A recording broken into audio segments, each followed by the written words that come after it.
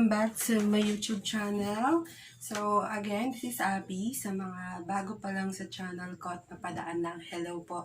So gumagawa ako ng mga videos tungkol sa SSS. So anything about benepisyo na makukuha natin sa SSS, sa credit card, and anything na pwede kong ma-post like travel namin. So kung interesado po kayo, panoorin niyo po ang video na to dahil alam kong isa din po kayo sa nagtatanong kung paano nga ba gamitin ang Citi Pay All. So, ang alam ko po, ang Citibank ang unang-unang may ganitong style sa kanilang banking. So, kaya napakaganda at malaking tulong to kasi ay isa ako sa nangailangan ng cash ng time na ginamit ko yung Citi Pay All. So, napaka-malaking tulong nito guys. Kaya, gusto kong i-share sa inyo kasi ay, gaya nyo, ay hindi ko talaga alam paano gamitin ng Citi Pay All. And, kinakailangan ko pang tumawag sa customer service. At buti na lang ginawa ko yun guys kasi, ay sasabihin ko sa inyo kung bakit habang pinoproseso natin yung kung paano siya gagamitin. So, hingal na hingal ako girl. So, syempre, unang-una sa lahat guys, kailangan po ay i-download nyo po ang Citibank, yung Citibank na online banking nila. So, punta na kayo sa Play Store, download nyo yung Citibank, yun na po yun. Pindutin nyo and i-download nyo. So, super dali lang naman i-download ng Citibank. Kailangan lang po yung credit card number nyo or account number nyo, name nyo, yung CVV, and yung expiration date ng card, and of course, your full name. So, yun ang mga details na hinihingi para makapag-proseso at ma-download po natin yung Citibank online. Okay? So, ito guys ay based lang naman po sa experience ko. So, hindi po ako nagtatrabaho sa Citibank, and meron lang po kasi akong card or credit card ni Citibank, which is Citi Rewards and Citi cashback. So, pero hindi ko pa siya ina-activate kasi super mahal na kanyang tawag dito na kanyang, oh my god,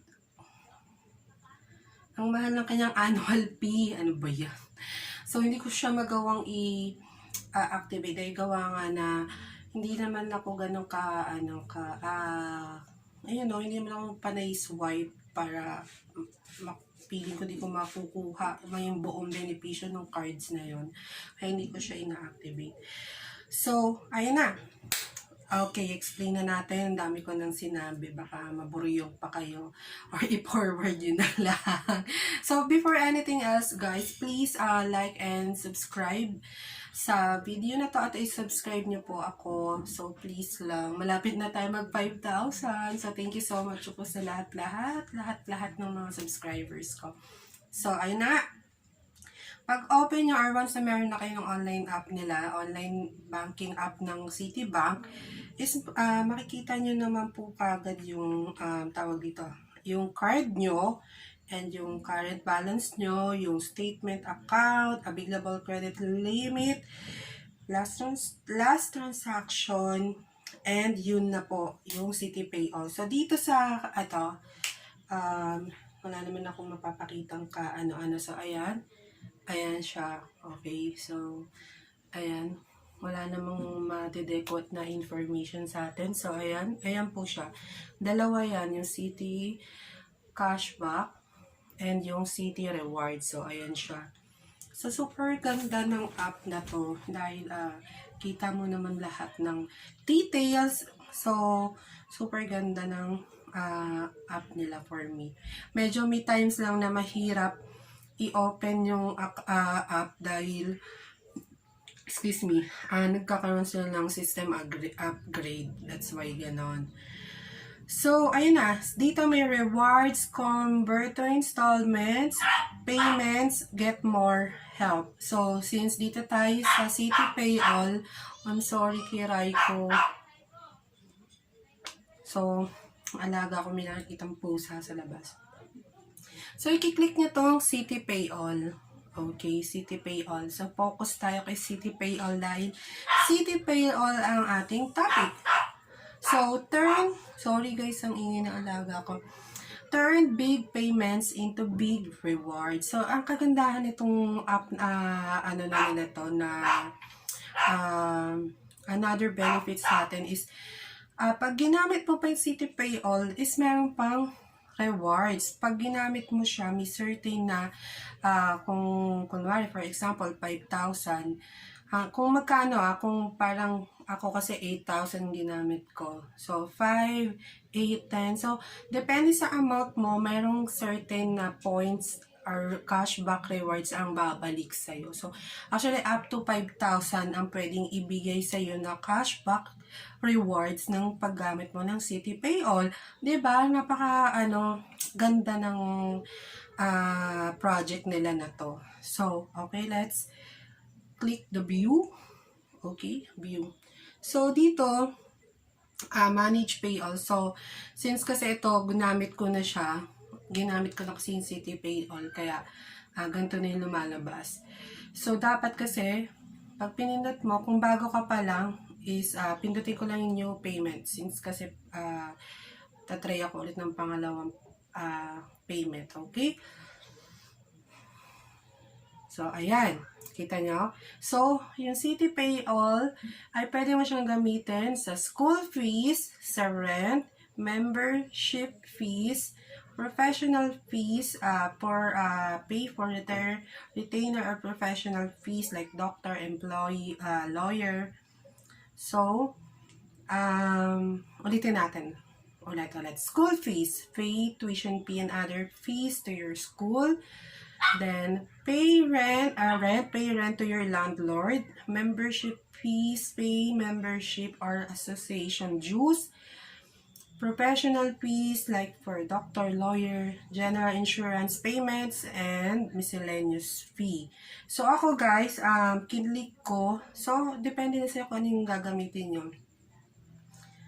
So, akin, ang ginamit ko is, kasi tinry ko sana na idiretso sa isang account ko, pero hindi pala okay yun. So, mas maganda. Pwede naman siya guys na dumiretso sa account mo. Kaso, bawal yun eh. Yun ang alam ko, bawal ha. Kaya, ang tinry ko kasi nung una, hindi siya nag-go. So, ang ginawa ko, yung account ng sister ko yung ginamit ko. Like, ginamit ko yung rent, like siya yung landlord, kunwari. So, ayun yung ginamit ko. So, dito, recipient name, ayun na yung pay rent. Ayan. So, bank, account number, and remarks. So, ayun lang naman guys. Lalagay mo lang yung recipient name. So, let's do this. Bank. So, lalabas kung ano yung mga bank siya. Kung saan bank mo siya aanay. So, PPI. Let's go for the account number. Then, remarks. So, for example, January rent. Yun na yun. So, parang i-receive. So, lalagay mo na yung amount. Pag nalagay mo na yung details, yung account number, pagpapasahan mo ng pera. So, next, for example, 5,000. So, guys, make sure ha, kapag ginamit mo yung Citi Pay All mo, check mo din yung credit limit mo kung okay siya doon, kung pasok pa rin sa banga, ha. So, hindi siya pwedeng mag-exceed, okay? Hindi siya magpo-push through. Oops. So, ayan, since dalawa yung card ko, so tinatanong niya ako kung which credit card would you like to pay with. So, kung gagamitin ko yung Citi Rewards, magkakaroon ako ng 167 points. So, ito yung sinasabi ko sa inyong may reward pa pag ginamit mo pa yung Citi Pay All, diba? And if yung Citi Cashback ang gagamitin ko, ay makaka-receive naman ako ng 10 pesos na cashback reward. So, ang recommended niya, so may recommended siya is yung cashback, yung rewards ang gamitin ko. So, push through natin yung, pindutin nyo lang yung arrow na next. So, dito guys, dito ako na, namuntikan na. na magkamali. So, dito na yung schedule payment. For each payment, you will receive 167 points. So, meron ditong single payment and screenshot ko na lang, then ipapakita ko dito. Single payment and recurring payment. So, yung recurring frequency is kung monthly ko siya babayaran, quarterly, biannually, annually, weekly, or bi-weekly. So, kung ito is maganda na kung kumbaga mag-auto debit na po siya, auto credit na po siya sa inyong credit card kung anong buwan mo siya i-schedule. So, yun po siya. Kumbaga, pero kung one time mo lang siya kailangan is single payment mo siya. Pero kung sa example, gagamitin mo siya per payment ng Netflix or kunwari nga yung school fees. So, gagamitin mo yung recurrent payment na every magi-start nga, ayan na. So, monthly yung pipindutin natin, okay? So, magi-start siya na magbawas ay etong March 2021. Okay? So, ngayong buwan, March 2021, set natin. Tapos, kung hanggang kailan ko lang siya babayaran, kung ilang months. So, like for example, may babayaran kang school fees na good for 6 months. So, bibilangin mo March, April, May, June, July, August. So, doon mo siya i-end sa August. So, hanggang August 2021, mag-auto credit po yan sa bill nyo or magbabawas sa available credit mo at automatic na mababayaran na siya through credit card ng Citibank nyo monthly dun sa school fees. Nakukuha no? So, yun ang inagamit kong example. So, yun po pala yung recurrent payment. Kasi at first, akala ko, since single payment lang siya, isang beses ko lang naman siya kailangan, ang akala ko nung una, tong recurrent payment is yung magiging installment na bayaran. So, buti na lang, tumawag ako sa Citibank. Kasi, sa utak ko yun yung recurrent payment is, akala ko, siya, installment. Yun pala yung magiging auto credit or auto debit na siya sa credit card mo. Automatic na siyang magbabayad kada buwan kung ilang months mo siya i-set up dito. Kasi nga, yung sabi ko, may start on and end on.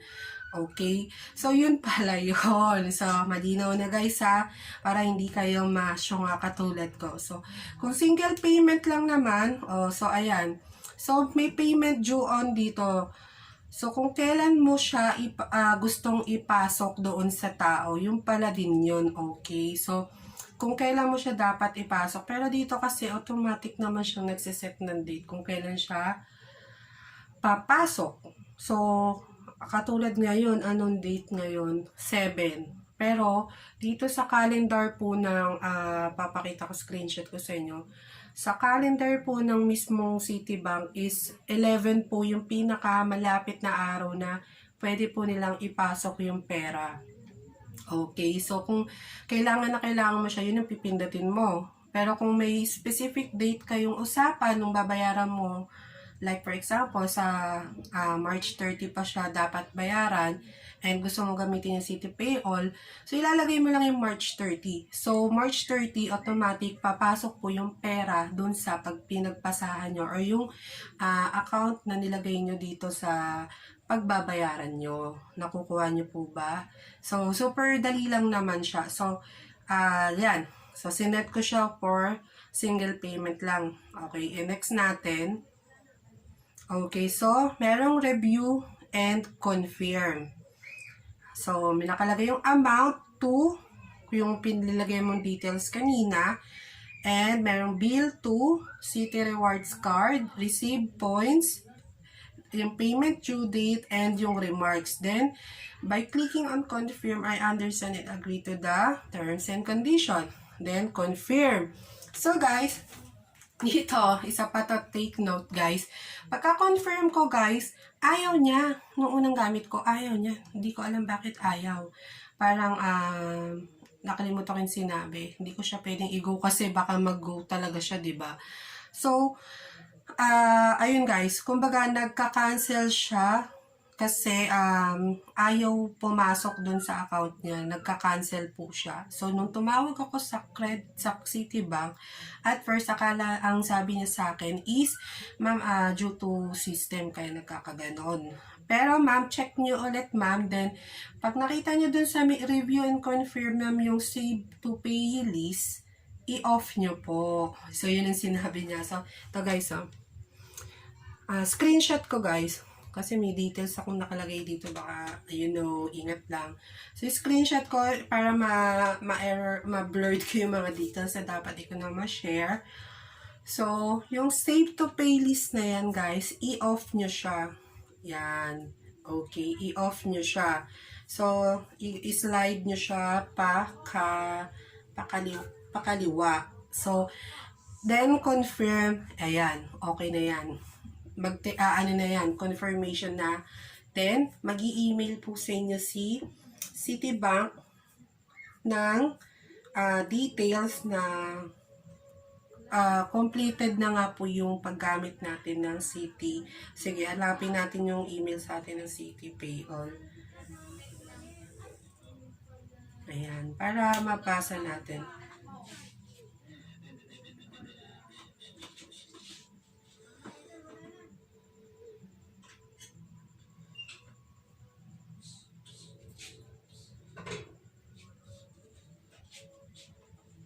Hiningal ako guys.